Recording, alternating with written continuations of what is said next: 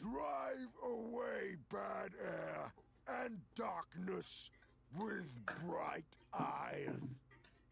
To do these things we have ridden far, said the king, and we shall attempt them. But what we shall achieve, only tomorrow will show. Ganburigan squatted down and touched the earth with his horny brow in token of farewell. Then he got up as if to depart. But suddenly he stood, looking up, like some startled woodland animal snuffling a strange air. A light came in his eyes. "Wind is changing!" he cried. And with that, in a twinkling as it seemed, he and his fellows had vanished into the glooms, never to be seen by any rider of Rohan again. Not long after, far away eastward the faint drums throbbed again, yet to no heart in all the host came any fear that the wild men were unfaithful, strange and unlovely, though they might appear. "We need no further guidance," said Elfhelm, "for there are riders in the host who have ridden down to Mundburg in days of peace. I, for one. When we come to the road, it will veer south, and there will lie before us still 7 leagues ere we reach the wall of the townlands. Along most of that way there is much grass on either side of the road. On that stretch the errand riders of Gondor reckoned to make their greatest speed. We may ride it swiftly and without great rumour." "Then, since we must look for fell deeds in the need of all our strength," said Eomer, "I counsel that we rest now and set out hence by night, and so time our going, that we come upon the fields when tomorrow is as light as it will be, or when our lord gives the signal." To this the king assented, and the captains departed. But soon Elfhelm returned. "The scouts have found naught to report beyond the Grey Wood, lord," he said, "save 2 men only. 2 dead men and 2 dead horses." "Well," said Eomer, "what of it?" "This, lord. They were errand riders of Gondor. Hirgon was one, maybe. At least his hand still clasped the red arrow, but his head was hewn off. And this also, it would seem, by the signs, that they were fleeing westward when they fell. As I read it, they found the enemy already on the outwall or assailing it when they returned, and that would be 2 nights ago if they used fresh horses from the posts, as is their wont. Hello. They could not reach the city and turned back." "Alas," said Theoden, "then Denethor has heard no news of our riding and will despair of our coming." "Need brooks no delay, yet late is better than never," said Eomer. "And mayhap in this time shall the old saw be proved truer than ever before, since men spoke with mouth." It was night. On either side of the road, the host of Rohan was moving silently. Now the road, passing about the skirts of Mindolluin, turned southward. Far away and almost straight ahead, there was a red glow under the black sky, and the sides of the great mountain loomed dark against it. They were drawing near the Ramas of the Pelennor, but the day was not yet come. The king rode in the midst of the leading company, his household men about him. Elfhelm's Eored came next, and now Merry noticed that Dernhelm had left his place and in the darkness was moving steadily forward until at last he was riding just in rear of the king's guard. There came a check. Merry heard voices in front speaking softly, Outriders had come back who had ventured forward almost to the wall. They came to the king. "There are great fires, Lord," said one. "The city is all set about with flame, and the field is full of foes. But all seem drawn off to the assault. As well as we could guess, there are few left upon the outwall, and they are heedless, busy in destruction." "Do you remember the wild man's words, Lord?" said another. "I live upon the open wold in days of peace. Widfara is my name, and to me also the air brings messages. Already the wind is turning. There comes a breath out of the south. There is a sea tang in it, faint though it be. The morning will bring new things. Above the reek, it will be dawn when you pass the wall. If you speak truly, Widfara, then may you live beyond this day in years of blessedness," said Theoden. He turned to the men of his household who were near, and he spoke now in a clear voice so that many also of the riders of the first Eored heard him. "Now is the hour come, riders of the Mark, sons of Eol. Foes and fire are before you, and your homes far behind. Yet though you fight upon an alien field, the glory that you reap there shall be your own forever. Oaths ye have taken. Now fulfill them all, to Lord and land and league of friendship." Men clashed spear upon shield. "Eomer, my son, you lead the first Eored," said Theoden, "and it shall go behind the king's banner in the center. Elfhelm, lead your company to the right when we pass the wall, and Grimbold shall lead his towards the left. Let the other companies behind This is what follow I call these a player three training lead method. as they have chance. Strike wherever the enemy gathers. Other plans we cannot make, for we know not yet how things stand upon the field. Forth now, and fear no darkness!" The leading company rode off as swiftly as they could, for it was still deep dark, whatever change Widfara might forebode. Merry was riding behind Dernhelm, clutching with the left hand, while with the other he tried to loosen his sword in its sheath. He felt now bitterly the truth of the old king's words. "In such a battle, what would you do, Meriadoc?" "Just this," he thought. "Encumber a rider and hope at best to stay in my seat and not be pounded to death by galloping hooves." It was no more than a league to where the outwalls had stood. They soon reached them, too soon for Merry. Wild cries broke out, and there was some clash of arms, but it was brief. The orcs busy about the walls were few and amazed, and they were quickly slain or driven off.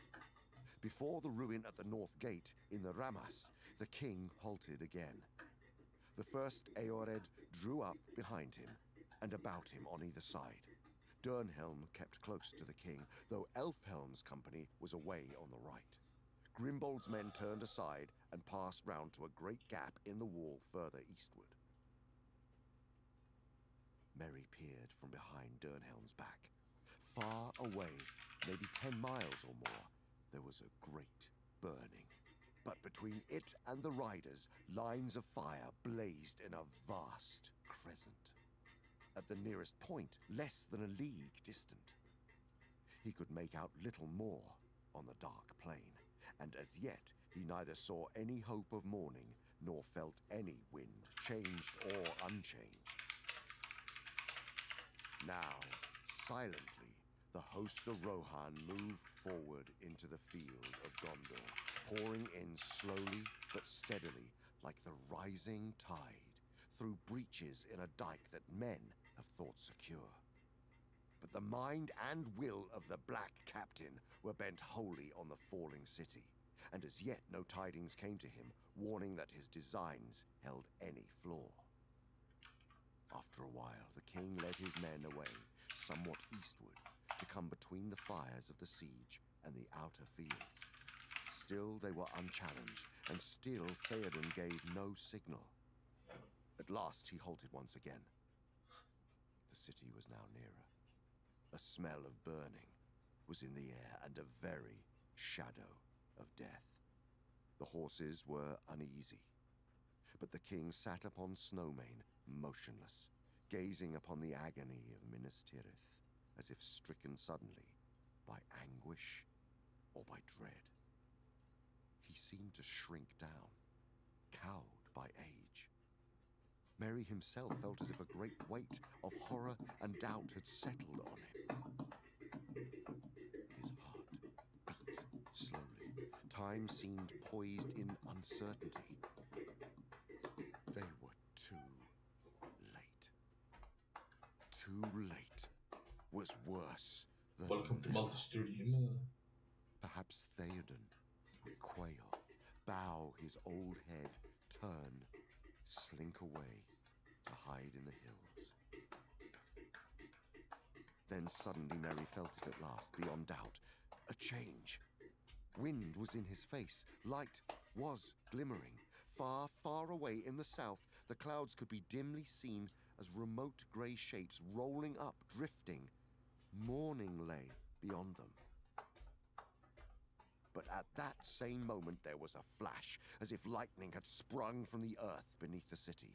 For a searing second it stood dazzling far off in black and white, its topmost tower like a glittering needle. And then, as the darkness closed again, there came rolling over the fields a great boom. At Really? that sound, the bent shape of the king sprang suddenly erect. Tall and proud he seemed again, and rising in his stirrups, he cried in a loud voice, more clear than any there had ever heard a mortal man achieve before. "Arise! Arise! Riders of Theoden! Fell deeds awake! Fire and slaughter! Spear shall be shaken! Wow. Shield be splintered! A sword day! A red day! Ere the sun rises! Right now! Right now! Ride to Gondor! With that he seized a great horn from Guthlaf, his banner-bearer, and blew such a blast upon it that it burst asunder. And straightway all the horns in the host were lifted up in music, and the blowing of the horns of Rohan in that hour was like a storm upon the plain and a thunder in the mountains. Right now! Right now! Right to Gondor! Suddenly the king cried to Snowmane, and the horse sprang away. Behind him his banner blew in the wind, white horse upon a field of green, but he outpaced it. After him thundered the knights of his house, but he was ever before them. Eomer rode there, the white horsetail on his helm floating in his speed, and the front of the first Eored roared like a breaker foaming to the shore. But Theoden could not be overtaken. Fey he seemed, or the battle fury of his fathers ran like new fire in his veins, and he was borne up on Snowmane like a god of old, even as Orome the Great in the battle of the Valar, when the world was young. His golden shield was uncovered, and lo, it shone like an image of the sun, and the Your grass mom was a flamed into hamster. green about the white feet of his steed. For morning came, morning and a wind from the sea, and darkness was removed. And the hosts of Mordor wailed, and terror took them, and they fled and died, and the hooves of wrath rode It's over pretty them. funny. And then all think you say before you kill somebody your mom was a whore.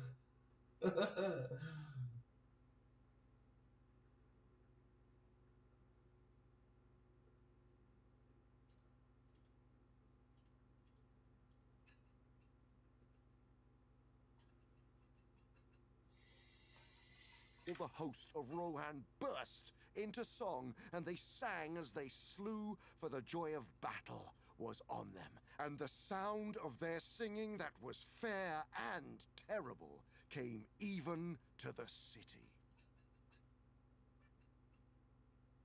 Chapter 6.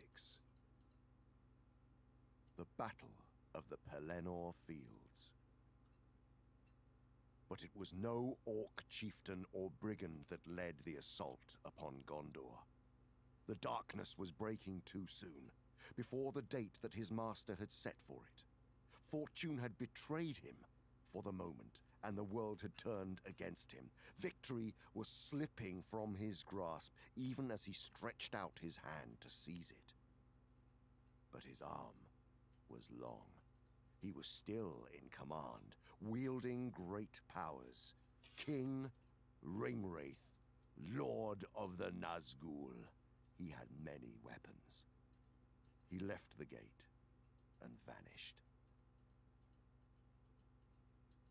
Theoden, king of the Mark, had reached the road from the gate to the river, and he turned towards the city that was now less than a mile distant.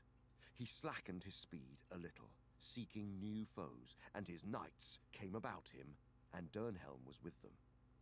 Ahead, nearer the walls, Elfhelm's men were among the siege engines, hewing, slaying, driving their foes into the fire pits. Well nigh all the northern half of the Pelennor was overrun, and their camps were blazing. Orcs were flying towards the river like herds before the hunters.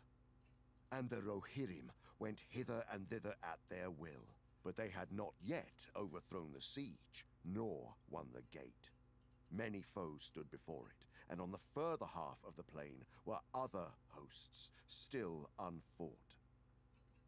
Southward beyond the road lay the main force of the Haradrim, and there their horsemen were gathered about the standard of their chieftain. And he looked out, and in the growing light he saw the banner of the king, and that it was far ahead of the battle, with few men about it. Then he was filled with a red wrath, and shouted aloud, and displaying his standard, black serpent upon scarlet, he came against the white horse and the green with great press of men, and the drawing of the scimitars of the Southrons was like a glitter of stars. Then Theoden was aware of him, and would not wait for his onset. But crying to Snowmane, he charged headlong to greet him. Great was the clash of their meeting, but the white fury of the Northmen burned the hotter, and more skilled was their knighthood with long spears and bitter. Fewer Men were super they, but they overlooked. clove through the Southrons like a firebolt in a forest. Right through the press drove Theoden Thengel's son, and his spear was shivered as he threw down their chieftain. Out swept his sword, and he spurred to the standard, hewed staff and bearer, and the black serpent foundered. Then all that was left unslain of their cavalry turned and fled far away. But lo, suddenly, in the midst of the glory of the king, his golden shield was dimmed. The new morning was blotted from the sky. Dark fell about him. Horses reared and screamed. Men, cast from the saddle, lay groveling on the ground. "To me! To me!" cried Theoden. "Up, Eolingas! Fear no darkness!" But Snowmane, wild with terror, stood up on high, fighting with the air, and then with a great scream he crashed upon his side. A black dart had pierced him. The king fell beneath him. The great shadow descended like a falling cloud, and behold, it was a winged creature. If bird, then greater than all other birds. and it was naked, and neither quill nor feather did it bear, and its vast pinions were as webs of hide between horned fingers, and it stank. A creature of an older world, maybe it was, whose kind, lingering in forgotten mountains, cold beneath the moon, outstayed their day, and in hideous eyrie bred this last untimely brood, apt to evil. And the Dark Lord took it, and nursed it with fell meats, until it grew beyond the measure of all other things that fly. And he gave it to his servant to be his steed. Down, down it came, and then, folding its fingered webs, it gave a croaking cry, and settled upon the body of Snowmane, digging in its claws, stooping its long, naked neck. Upon it sat a shape, black-mantled, huge and threatening. A crown of steel he bore, but between rim and robe naught was there to see, save only a deadly gleam of eyes. The Lord of the Nazgul. To the air he had returned, summoning his steed ere the darkness failed, and now he was come again, bringing ruin, turning hope to despair, and victory to death. A great black mace he wielded. But Theoden was not utterly forsaken. The knights of his house lay slain about him, or else, mastered by the madness of their steeds, were borne far away. Yet one stood there still, Dernhelm the young, faithful beyond fear.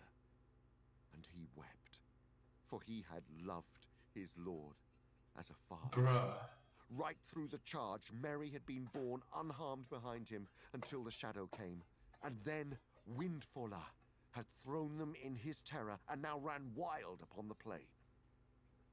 Merry crawled on all fours like a dazed beast, and such a horror was on him that he was blind and sick.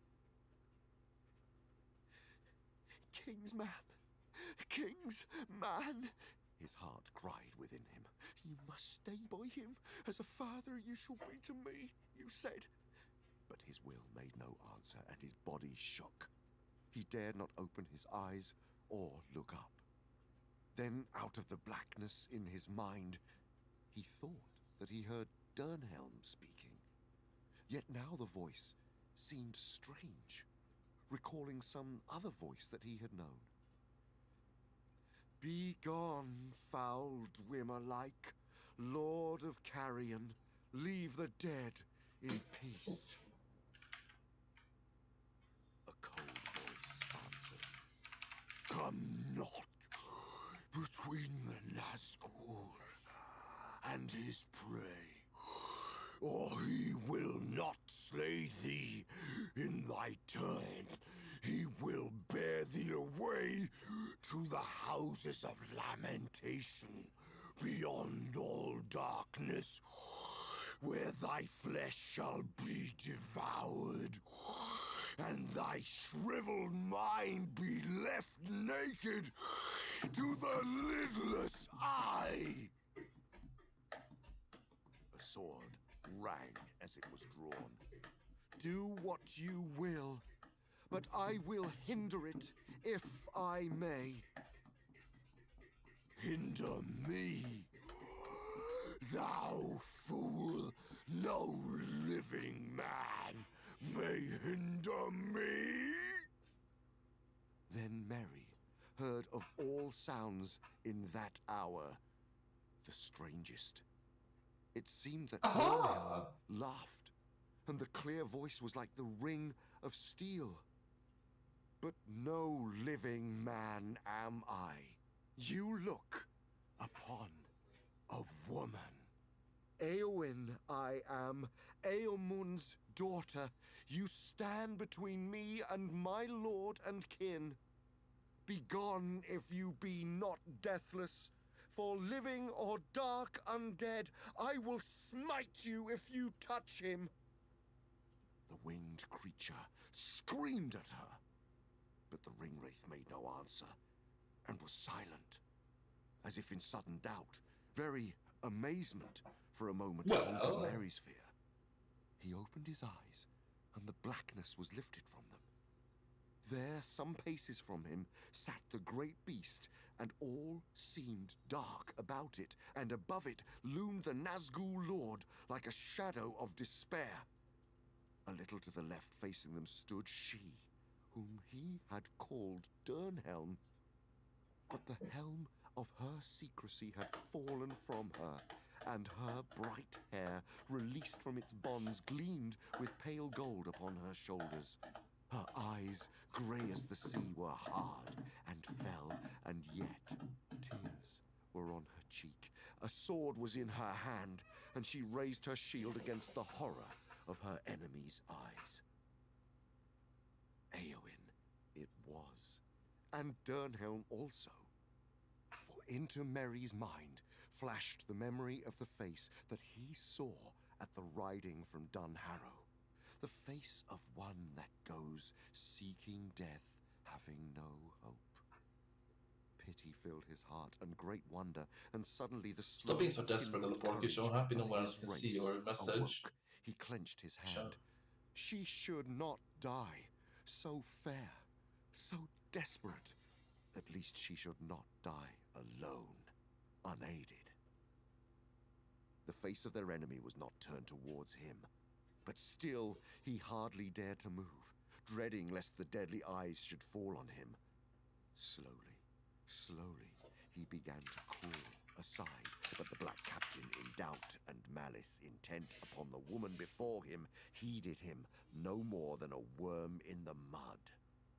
Suddenly, the great beast beat its hideous wings, and the wind of them was foul. That's a scout, I think. Again it leapt into the air, and then swiftly fell down upon Éowyn, shrieking, striking with beak and claw. Still she did not blench. Maiden of the Rohirrim, child of kings, slender but as a steel blade, fair yet terrible. A swift stroke she dealt, skilled and deadly. The outstretched neck she clove asunder, and the hewn head fell like a stone. Backward she sprang as the huge shape crashed to ruin. Vast wings outspread, crumpled on the earth, and with its fall the shadow passed away. A light fell about her, and her hair shone in the sunrise. Out of the wreck rose the Black Rider, tall and threatening, towering above her. With a cry of hatred that stung the very ears like venom, he let fall his mace. Her shield was shivered in many pieces, and her arm was broken. She stumbled to her knees. He bent over her like a cloud, and his eyes glittered. He raised his mace to kill. But suddenly, he too stumbled forward with a cry of bitter pain, and his stroke went wide, driving into the ground. Merry's sword had stabbed him from behind, shearing through the black mantle, and passing up beneath the hauberk, had pierced the sinew behind his mighty knee. Hey, thanks. Éowyn! Éowyn! cried Merry. Then tottering, struggling up, with her last strength she drove her sword between crown and mantle as the great shoulders bowed before her. The sword broke, sparkling into many shards. The crown rolled away with a clang. Éowyn fell forward upon her fallen foe. But lo, the mantle and hauberk were empty, shapeless. They lay now on the ground, torn and tumbled, and a cry went up into the shuddering air and faded to a shrill wailing, passing with the wind, a voice, bodiless and thin, that died and was swallowed up and was never heard again in that age of this world. And there stood Meriadoc, the hobbit, in the midst of the slain, blinking like an owl in the daylight, for tears blinded him.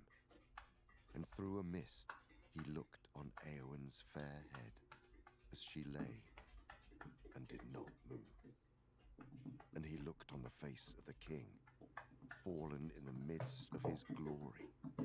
For Snowmane in his agony had rolled away from him again, yet he was the bane of his master. Then Merry stooped and lifted his hand to kiss him, and lo, Here's another idea.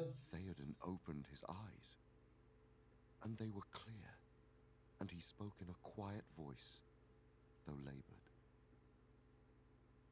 Farewell, Master Holbutler, he said. My body is broken.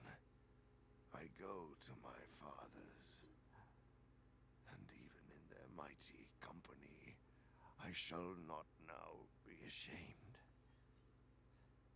I felled the black serpent, a grim one, and a glad day, and a golden sunset. Merry could not speak, but wept anew.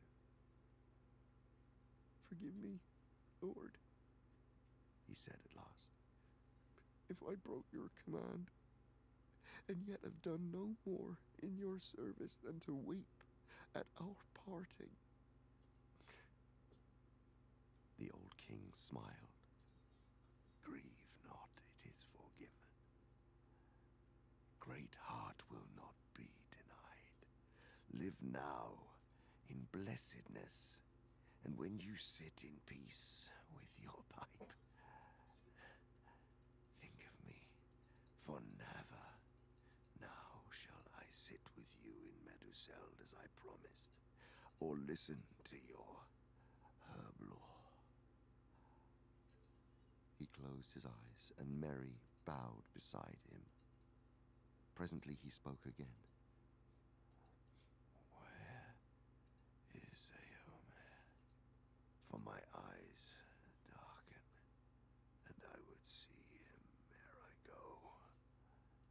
He must be king after me, and I would send word to Eowyn.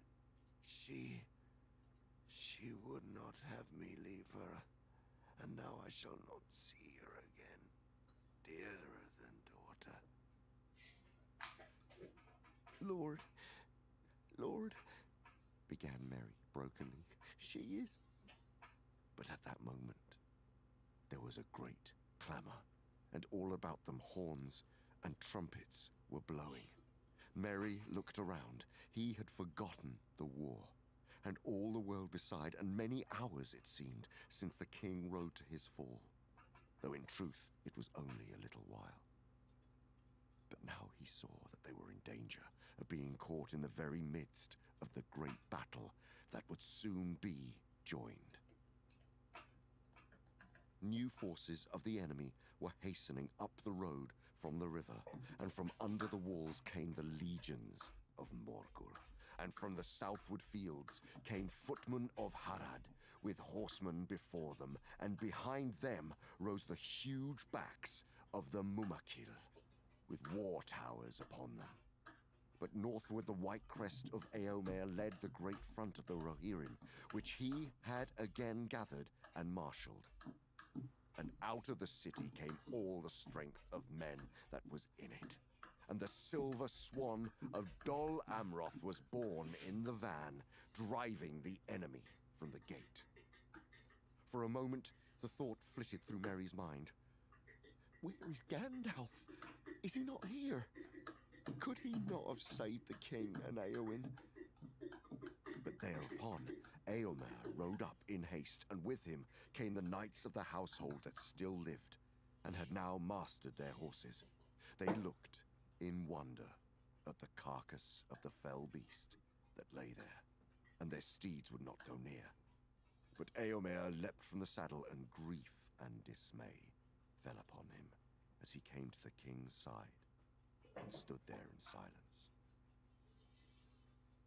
Then one of the knights took the king's banner from the hand of Guthlaf, the banner-bearer, who lay dead, and he lifted it up. Slowly, Theoden opened his eyes. Seeing the banner, he made a sign that it should be given to Eomer.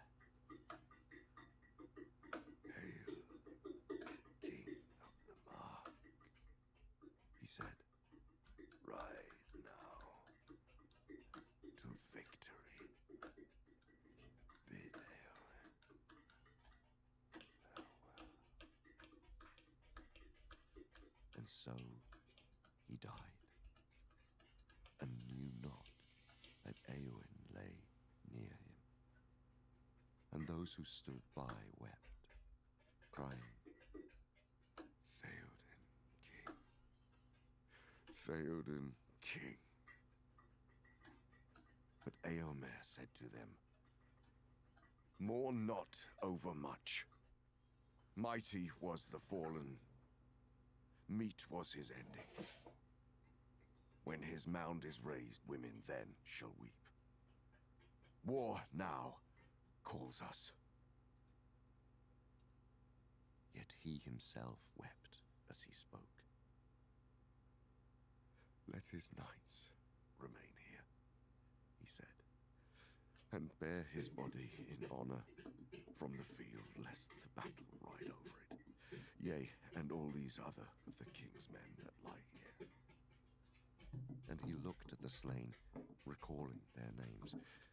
Then, suddenly, he beheld his sister, Eowyn, as she lay, and he knew her. He stood a moment as a man who is pierced in the midst of a cry by an arrow through the heart, and then his face went deathly white, and a cold fury rose in him, so that all speech failed him for a while. A fey mood took him. Eowyn, Eowyn, he cried at last. Eowyn, how come you here? What madness or devilry is this? Death, death, death, death take us all. Then, without taking counsel or waiting for the approach of the men of the city, he spurred headlong back to the front of the great host and blew a horn and cried aloud for the onset. Over the field rang his clear voice calling, Death! Ride! Ride to ruin and the world's ending! And with that the host began to move, but the Rohirrim sang no more. Death, they cried with one voice, loud and terrible, and gathering speed like a great tide, their battle swept about their fallen king and passed, roaring away southwards. And still Meriadoc, the hobbit, stood there blinking through his tears, and no one spoke to him. Indeed, none seemed to heed him. He brushed away the tears and stooped to pick up the green shield that Eowyn had given him, and he slung it at his back. Then he looked for his sword that he had let fall, for even as he struck his blow, his arm was numbed, and now he could only use his left hand. And behold, there lay his weapon, but the blade was smoking like a dry branch that had been thrust in a fire, and as he watched it, it writhed and withered and was consumed. So passed the sword of the Barrow Downs, work of Westernesse, but glad would he have been to know its fate who wrought it slowly long ago in the North Kingdom, when the Dunedain were young, and chief among their foes was the dread realm of Angmar and its sorcerer king. No other blade, not though mightier hands had wielded it, would have dealt that foe a wound so bitter, cleaving the undead flesh, breaking the spell that knit his unseen sinews to his will. Men now raised the king, and laying cloaks upon spear truncheons, they made shift to bear him away towards the city. And others lifted Eowyn gently up and bore her after him. But the men of the king's household they could not yet bring from the field, for 7 of the king's knights had fallen there, and Deorwinna, their chief, was among them. So they laid them apart from their foes and the fell beast, and set spears about them. And afterwards, when all was over, men returned and made a fire there and burned the carcass of the beast. But for Snowmane, they dug a grave and set up a stone, upon which was carved in the tongues of Gondor and the mark, faithful servant, yet master's bane. Lightfoot's foal, swift Snowmane. Green and long grew the grass on Snowmane's howl, but ever black and bare was the ground where the beast was burned. Now, slowly and sadly, Merry walked beside the bearers, and he gave no more heed to the battle. He was weary and full of pain, and his limbs trembled as with a chill. A great rain came out of the sea, and it seemed that all things wept for Theoden and Éowyn, quenching the fires in the city with grey tears. It was through a mist that presently he saw the van of the men of Gondor approaching. Imrahil, Prince of Dol Amroth, rode up and drew rein before them. "What burden do you bear, men of Rohan?" he cried. "Theoden, king," they answered. "He is dead. But Éomer, king, now rides in the battle, he with the white crest in the wind." Then the prince went from his horse and knelt by the bier in honor of the king and his great onset, and he wept. And rising, he looked then on Éowyn and was amazed. "Surely here is a woman," he said.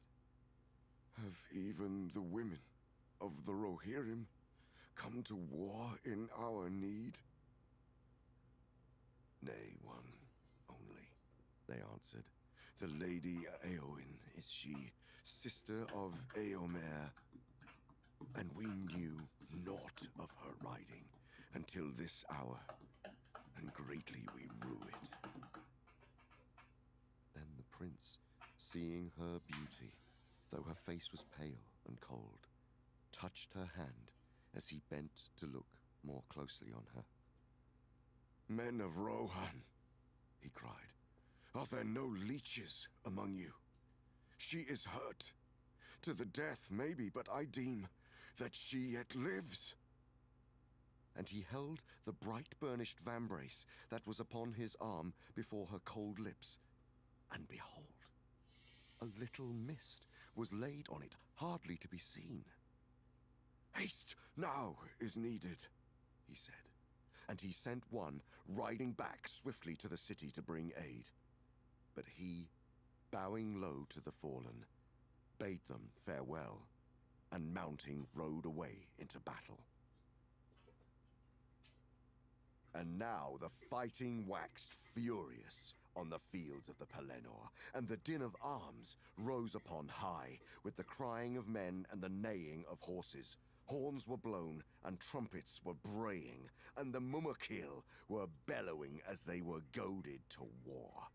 Under the south walls of the city, the footmen of Gondor now drove against the legions of Morgul that were still gathered there in strength. But the horsemen rode eastward to the succor of Éomer. Hurin the Tall, Warden of the Keys, and the Lord of Losarnach, and Hirluin of the Green Hills, and Prince Imrahil the Fair, with his knights all about him. Yeah, it's getting a little bit tiring now. Maybe I am tired. But very good. I should have taken a break 10 minutes ago.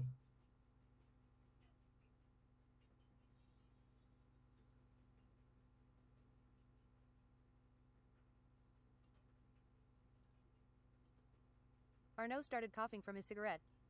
When it's a good sunny day, you're full of energy waiting to physically work. I could run a marathon each one of those days, and that could be a lot of days in a row.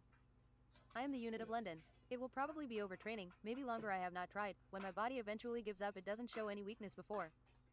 Sounds like heart or diet trouble somehow. It sounds like you're saying something else. Well, you know, technically it's taxing for the heart to be 170 kilograms muscle or 170 kilogram fat. It doesn't know the difference. Being big could affect my longevity, unless I train my heart. Mostly it's not base conditioning as you know, it's temporary heart conditioning. I have to make sure I exercise aerobically every 3 to 7 days for the rest of my life. One day when I have not worked out for weeks, that could be the heart attack. Yes, I know it takes 2 weeks for you to lose temporary conditioning. But quick to get back. You also get muscle back quick if you've been bigger, the body remembers the blueprint of your biggest size. One example is Kevin Levrone from My Time and Age, arms like legs. He was a seasonal bodybuilder and put on and lost size almost magically, a philosopher that traveled the world and got second place most times, a rare first place in contests where someone was missing or sick, sometimes that's what's required.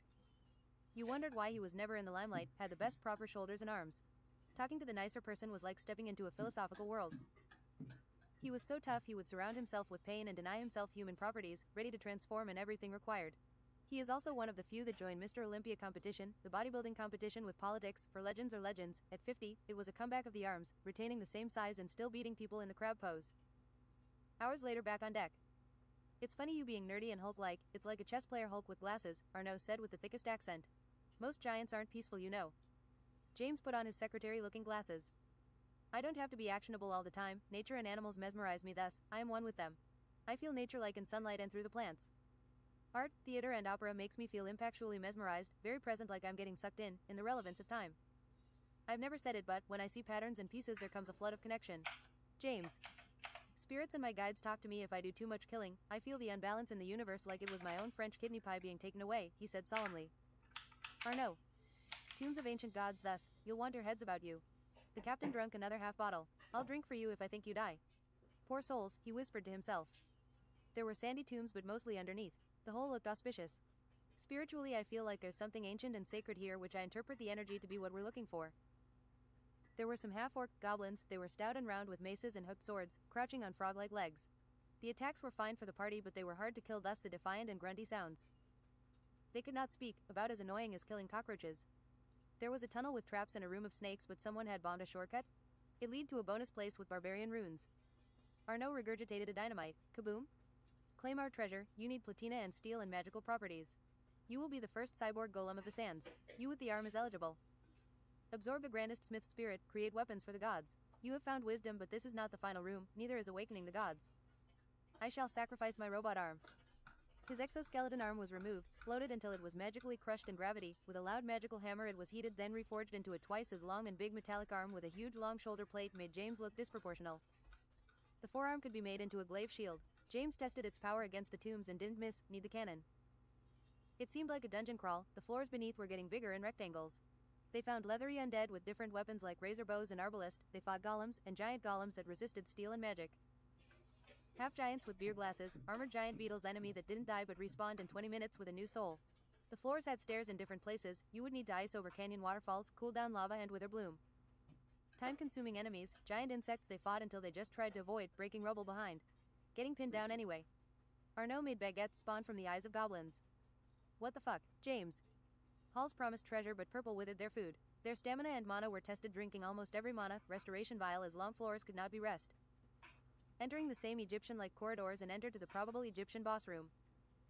Look at how the rooms are constructed, we will have to fight Ra and Sobek, quite dangerous if we're going to get through. They went into a huge circular room with carved men and hieroglyphs around them. I can't tell what the story is about, this is annoying, do we know anyone who reads runes?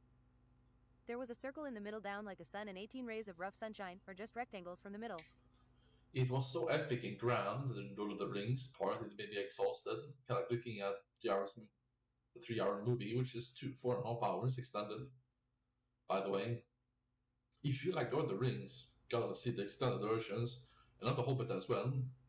Otherwise, you're like, they're better and longer, you know. It's, I can't even watch the.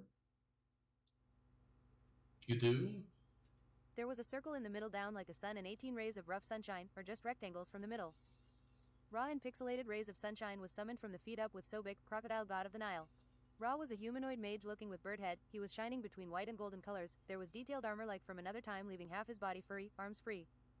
It can be difficult to find them 4K and extended, but they are on Apple TV. First time I ever mentioned that.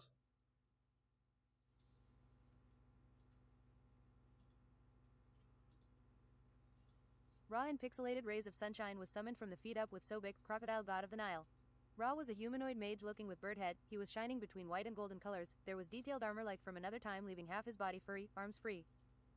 Sobek was a muscle monster with polearm and crocodile head. The armors seems related to each other. James wondered, did he have the muscle to 1v1 with a god?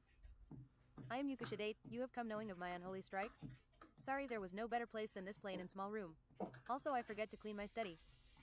I'm just a spectator, gleeful companion of the musculum egregious. Or no. I don't know what the rules say about spectators, be on your best behavior.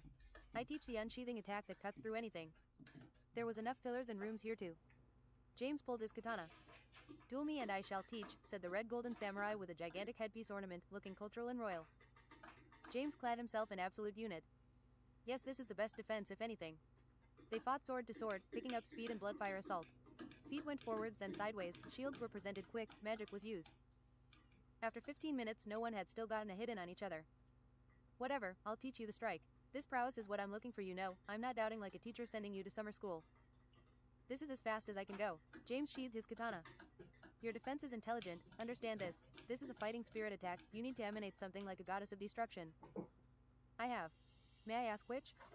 The necessary killing machine black I realize now is just samurai history, powered by past self's retribution. More smarts. I empower your fighting spirit now, by my generations and your generations. You have been samurai before, you are familiar to me like a cousin spiritually, that is why it is so easy to speak, why there is easy casually. I am more spiritual than you. It is my last life here as well. What do you do here while you wait? Meditate, eat enchiladas and write poetry. Loyalty is like a leaf in the winds of temptation. James felt more bound to retribute like nemesis. A huge black and red swirl 1 meter in diameter danced around Ronan's sword being unsheathed. And around quickly in the air until 4 by 4 meters were covered, it was quite a demon aura. Use speed technique and unsheath, go through your opponent, you don't need strength for this, you need strength when you hit a wall, overcome the resistance, a spiritual weave, then you will cut. You cannot cut that, which is just normal work. They should not know they are cut necessarily unless you overpower, legendary sound effects. Instantly the samurai had sliced and was found 3 meters behind, having sheathed and unsheathed his weapon surprisingly. It was hard, but James got his demon aura going half as impressive like colors dropped in water and targeted a pillar in the tomb, it got sliced. Again, I will protect the next thus. James very quickly zoomed thus like even this was not too difficult. After analyzing the source and being a genius, he could do it himself. 3 seconds later the pillar stopped holding and fell. Now this adamant animated samurai. James was happy when it dissolved into ash. The man understands, now he can cut. My stamina, I need... Recharge headset. A propane.